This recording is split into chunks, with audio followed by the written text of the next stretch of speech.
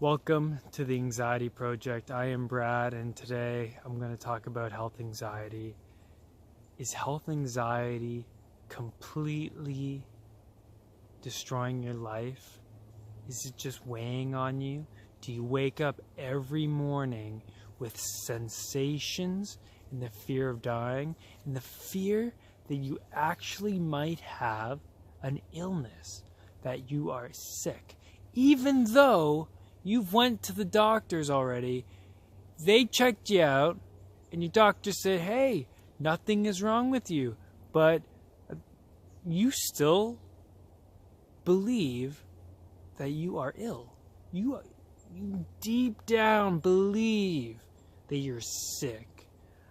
I remember a dark time in my life when I was so convinced that I was ill that I was lying down on the floor, just holding my stomach area and just be like, I am ill. I need to go to the hospital. I don't believe my doctor. There's something wrong with me.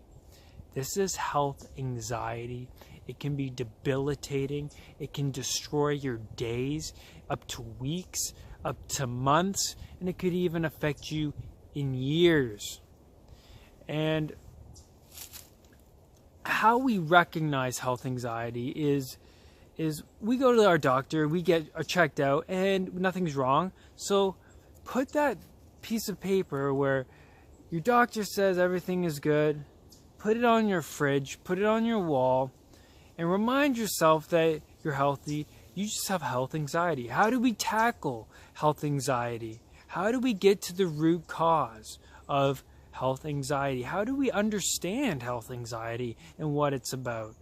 You know, to understand health anxiety, we must first understand that it is core beliefs and it's past traumas.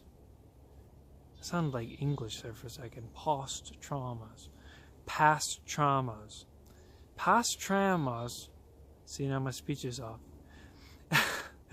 Past traumas cause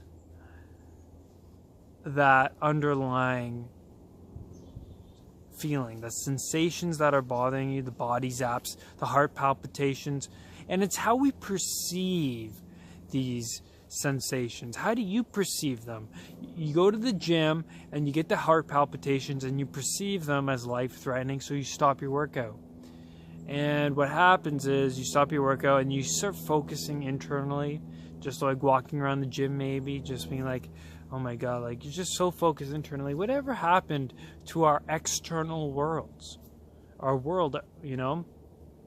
We are so deeply aware of our internal world, we miss out on the external world. We miss out on the beauty. We miss out. Our subconscious mind is not active. Our subconscious mind is up there thinking, hey, I'm here. You know, I can help you if you want me to. But we are walking around on autopilot, and we are so internal that we have no time for the subconscious. We have no time for the conscious mind. Our subconscious mind is on autopilot. So we have no idea how to get to that homeostasis state, right? We want to be neutral. We want to get there, but we don't really know how. We're walking around on autopilot. So how do we get there? How do we get to that place where our health anxiety is not the real issue, okay? How do we get there? It took me a while. It will take you about 3 months to recover from anxiety. I gave myself 5 months to recover. But we have to understand that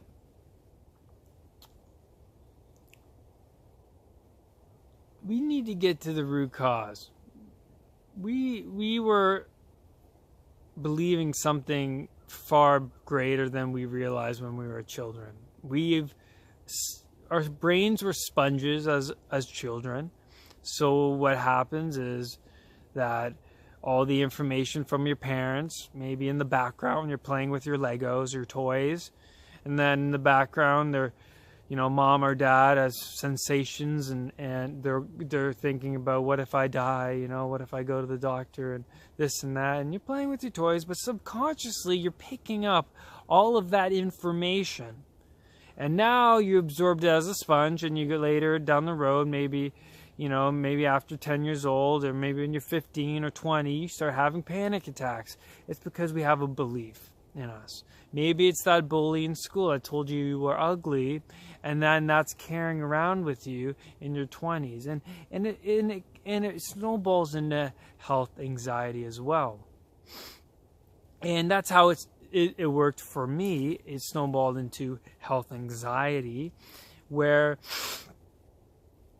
I eventually got to a point where I needed to tackle these root causes, the belief systems, and that comes through CBT, cognitive behavioral therapy, and NLP, where we have to reframe the event differently. We have to go back in time in our mind movie, and we have to reframe that whole event, that whole experience. We have to look at it differently. Maybe that bully that was bullying you in, high school, elementary school, maybe that bully was having a hard time at home with his parents, him or her parents.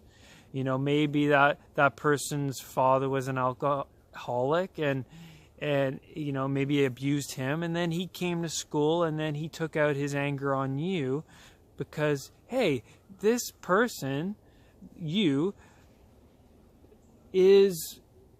has a great energy and is lighthearted and is going through life easy. I'm going to pick on this kid. And then how do we reframe that? Well, that's, like I said, we have to be humble towards that person. What is going on in their life that's making them bully you? And then once we start reframing, take yourself into that moment when you're being bullied or going back to that belief system, and take in your surroundings and start looking at things differently. Taking the pictures on the wall, maybe the gymnasium in the school, and say, hey, this is a nice gymnasium. I like the color of the walls. And start perceiving your surroundings differently, and start looking at the event differently in a more positive way, where we can start looking at ourselves differently. We're not ugly people. No one is ever ugly. We're all beautiful in our own way, and we have to start looking at ourselves differently. And then I had a core belief that, of my physical appearance, the way I looked, things like that, continue on even when you're an adult, because there is a 6-year-old child within you screaming out, saying, this place is dangerous, get me out of here. Or, you're ugly, you can't achieve that goal, you can't get that job, or you're not gonna open that business because you won't be successful. That's the 6-year-old in all of us, the anxiety sufferers, screaming out. So health anxiety is not the real issue here. It goes back to your core beliefs. It goes back to your past traumas. The kids you used to hang around, maybe we're talking about death, or we're talking about illnesses, and maybe you got into a habit when you were a kid by phoning up your parents every time you thought something catastrophic was happening to you. I remember an event in elementary school when I was a little kid. I used to phone up my parents because I thought I had a lump in my throat, and I'd be like, Mom, I don't know what this is. I think I might be dying. So I had to go back and reframe that whole event and be like, you know what? I had to look at it differently, I had to look at, how did I get to that point where I had to phone my parents up for that thing, I had to look at it where I was like, hey, this this is just nothing. It's in my jaw. I can get it checked out by the doctors if I want to, but I'll keep an eye on it. Or like, I don't have to phone up my parents, you know? Like, as a kid, how did I even get that thinking going? You know, how did I get that habit started? Like phoning up my parents when I was like a little tiny boy, like for a lump, I thought I was dying. I must have got that from somebody else in my life. So there are things that we have to kind of conjure up in our past in order to tackle health anxiety, in order to get to the root cause. Okay, because you're walking around your day, you have depersonalization, you're running around, your fight or flight is just going off. You know, your cortisol levels are through the roof when you wake up, and you're so bewildered by it that you don't know what to do. You're walking around completely numb. You know, you can't take in your surroundings. Stuff is going on here mentally, internally, that you are just not in the present moment. You are just not here. So we have to get to that neutral place in our lives, but that takes time, and that will take serious work to do. It took me about 5 months. You know, it usually takes about 3 months depending on the person, but for me, my anxiety dates back so long to when I was a kid that it took me a longer time to change my habits, change my character view of who I really am and how I view myself and the people around me. I had to start questioning life in my career. I had to start questioning the people I hung around, the people.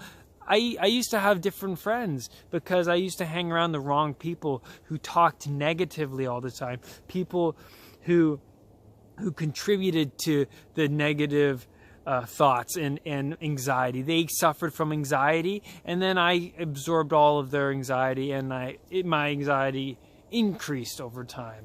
So there is more to this health anxiety battle that you're going through than you think. It goes back to internal challenges. It goes back to your childhood even. So we have to start analyzing everything in our lives differently. We have to start looking at ourselves differently. And that's where I'll leave you today in this video. I hope you enjoyed. Please subscribe to my channel. I'm going to be posting so many more videos and podcasts. And download these podcasts on iTunes, because these podcasts are on iTunes. Download them. Let's get past anxiety together.